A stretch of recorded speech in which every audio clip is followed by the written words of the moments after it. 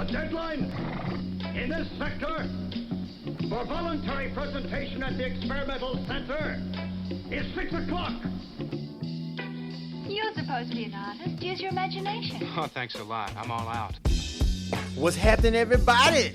Shelton J, Think About It Radio. Straight from the streets, in the building. We got another great one for you tonight. Man, we didn't have the triple threat. I got Mr. Brandon Whitting on the line with me. Mr. Booker has some family emergency situation that's going on, and we're definitely going to keep him in our thoughts and prayers, and hopefully that goes in the positive direction, if you dig what I'm saying. So fans and people, y'all just send some love to Mr. Vincent Booker.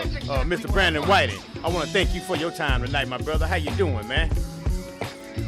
I'm great, man. Appreciate you, man. You know, we always look forward to our Tuesday triple threat edition. Like you said, Brother Vincent, he's having some,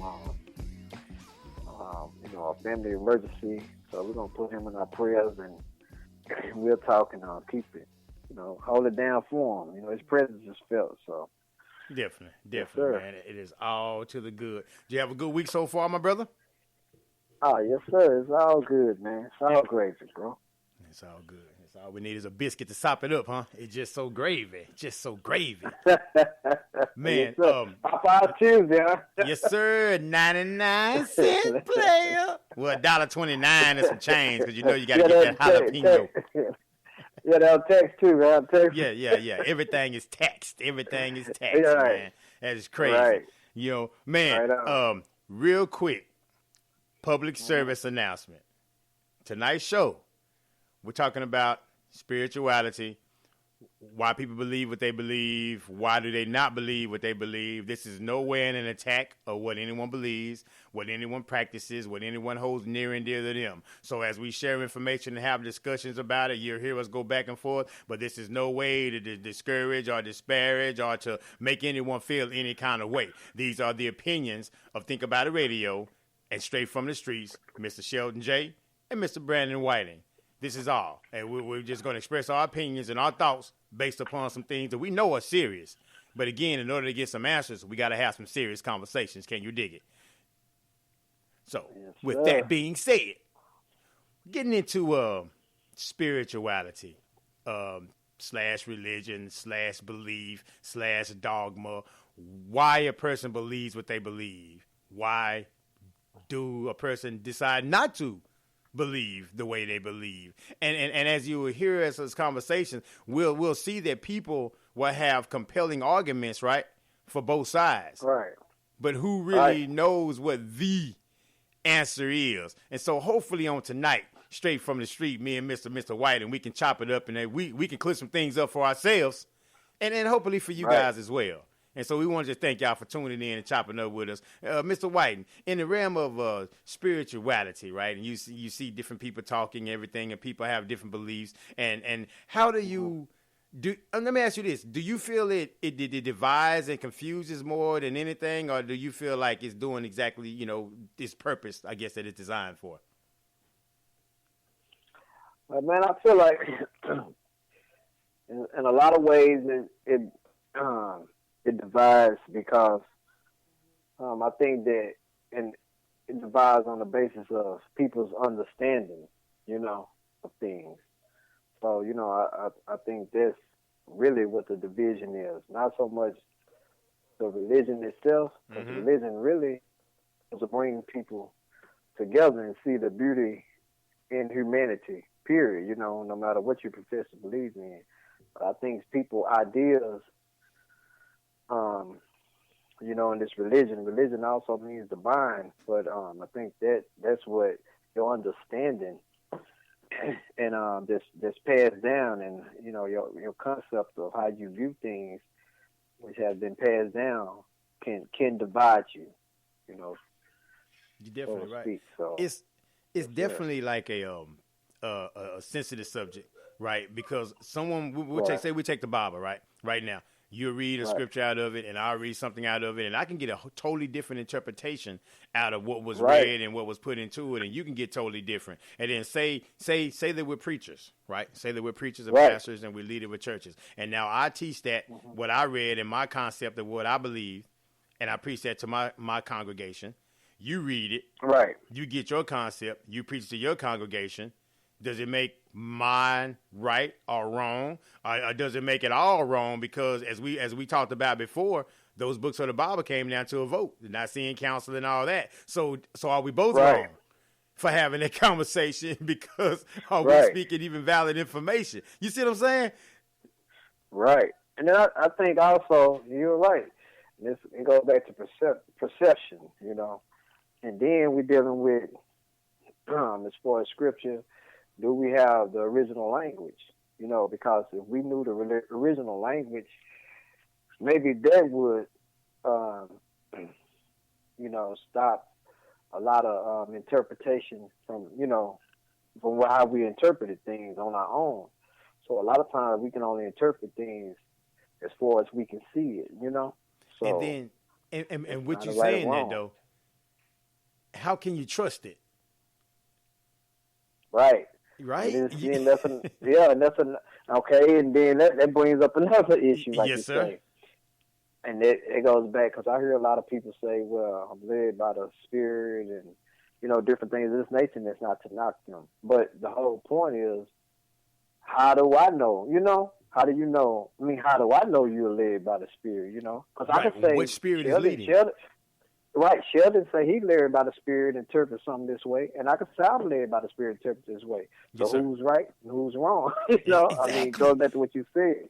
Exactly, man. Because I think at the end of the day, when it's all over, I don't know if we're going to either be surprised or going to be like, oh, man, I knew it. You know, I knew I was right. Or like, oh, my gosh, this is not what I expected. You know, you just don't know, because no one has experienced that and came back and said, hey, at least to me. Now, there may be some people out there that has happened to, and maybe they know someone or spoken to one that's experienced death and came back to them in some shape, form, or fashion and let them know what awaits the other side. Hey, if you do, hit me up on the comment. Think about it radio at yahoo.com. Send me an email at Twitter at think_radio. Send me some information if you have something to refute this, because this is not matter of fact. Shelton J got all the answers. This is a discussion.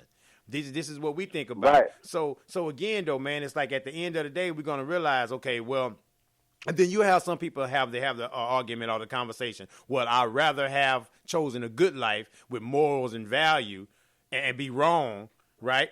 And rather than just, take the chance of living any kind of way because it don't matter. There's really nothing else besides this, and all that other stuff is a lie and foolishness. So, I get, what I'm saying, though? And it's like, again, man, who's right, who's wrong, who knows? So you just really have to trust that, I guess, that feeling, that spirit inside of you, or whatever you want to call it, right? That good instinct. Right. Because we've been, you think about it, man, from the time we're born and old enough to understand, we've been told stuff. We've been given directions. We've been told this. How about if we just find out on our own?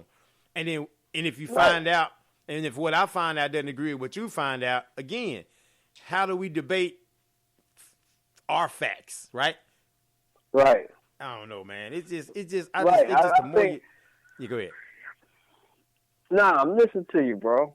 Yeah. I mean, I think that, like what you said, we only passing down what we've been conditioned or to be taught as well. That's why I put some on Facebook today, because I see a lot of times people say this person is smart or whatever, and I say, really, that even varies, because I say, really, I don't look at myself as smart in that aspect, because what are you smart at? You know what I mean? Yeah.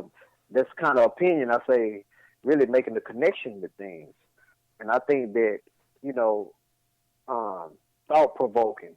When we think about it, like those wise men who were shepherds, right? Yes, sir. They were sitting out and they had a lot of time to think and contemplate and come to their own conclusions. And like you said, what happens is a lot of times we just condition to believe what we are taught. And we got to understand that too. We can't knock that, because that's how we all been like that in some form or fashion. So we on our journey now, just like, your radio station, you're starting to question things. So it's somewhere on your journey and you came to this understanding by researching and reading. Yes. Some happened to you and some happened to me and some happened to a lot of people. They call it epiphany for some people. Right. But what happens even with that, a lot of times we can get caught up in saying, well, I'm saved now, and everything. Then you wrong because you living like this. Yes, sir. Well, not necessarily. You know what I'm saying? Depends how you look at things. So again, people be conditioned. You could go into another condition. You know what I mean? Yeah. To believe this and thinking everybody else is wrong. Well, I don't think like that with people. You know, I have a tendency to try to understand people's perspective, and everybody's on their own journey. I don't have all the answers neither. That's a grave mistake. You're right, man. That'd be a very arrogant statement and erroneous statement to make that we have all the answers or that anyone has all the answers, because every book that's written is a book of opinion or what they think or what they view the facts to be. Someone else can come back and dispute those same facts and be rock solid in their dispute, and all of a sudden challenge everything that you just knew as concrete. Right. I know that I know that I know. And to read something else, be like, well, God, dog, I don't know.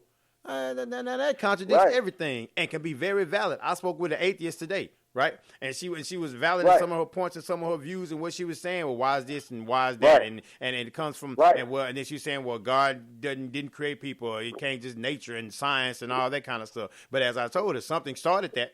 So it had to begin somewhere. So even at any level of it, and we didn't have an argument, we just had a discussion, right? You know, because she said sometimes when she talked to people that believe in, in God and believe in spirit or creator or things of that nature, it becomes a hard conversation because immediately once she says, hey, I'm an atheist, they shut her down. They shut her down, don't even listen to anything else that she says to try to convince her why she should not be that way rather than listen to what, calls her. Right. I mean, and even, you're right, bro. And not even just atheist. If I say anything, I believe. Once I label myself, that's why they say in sociology, they say sometimes labels have negative connotations. Yes, because some people, if you say this about yourself, if you don't tell people this is a certain label, then, you can have a conversation with them all day. But the minute you tell them label, then they want to start trying to, this is why, this is the problem. Yes. So, again, like you said earlier, bro, the only truth is when we're dealing with universal truths. That means that the universal truth is when we are dealing with truth that never changes. Right. Every other truth is going to change. So, like, what's true to Sheldon today may not be true to Sheldon tomorrow. That's interesting. What's say true that. To me today, you say it's not true to me tomorrow. When I was in prison. And, we call it right straight from the streets. I always kind of talk about that. Yeah, we always have to go back to that, man, because it's from the street level. Right. So, or in the hood, too. Yes, sir. What was true to me then, trying to survive and how I looked at life, it's not true to me now because I don't live that type of lifestyle. And where I was in prison, too, same thing. I like what Albert Einstein said. He said, a man that knows he know nothing. So we're on this journey. We're constantly growing. Journey.